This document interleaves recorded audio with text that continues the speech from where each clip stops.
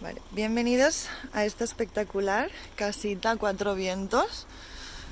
Como podéis ver, en la entradita tenemos un pequeño jardincito.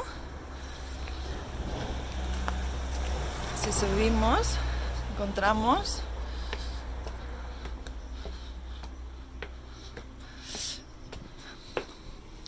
lo que es un pequeño recibidor.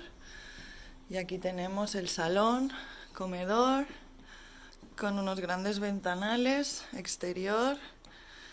Como podéis ver, pedazo de vistas. Con la cocina americana, reformada no hará mucho.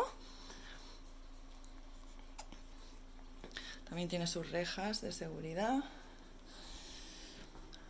Luego tenemos el dormitorio principal, también con grandes ventanales, armarios empotrados.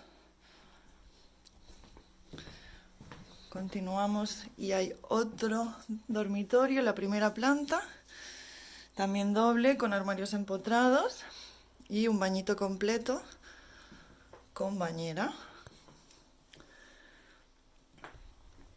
Y si seguimos por la casita, vamos a la segunda planta,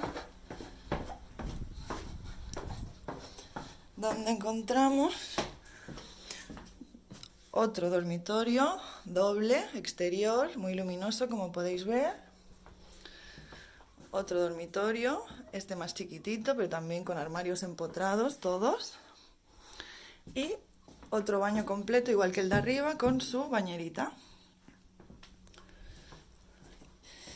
Y aquí accederíamos a lo que es el parking de la vivienda, que ya se puede salir también al exterior de la casita. No os perdáis esta bonita casita.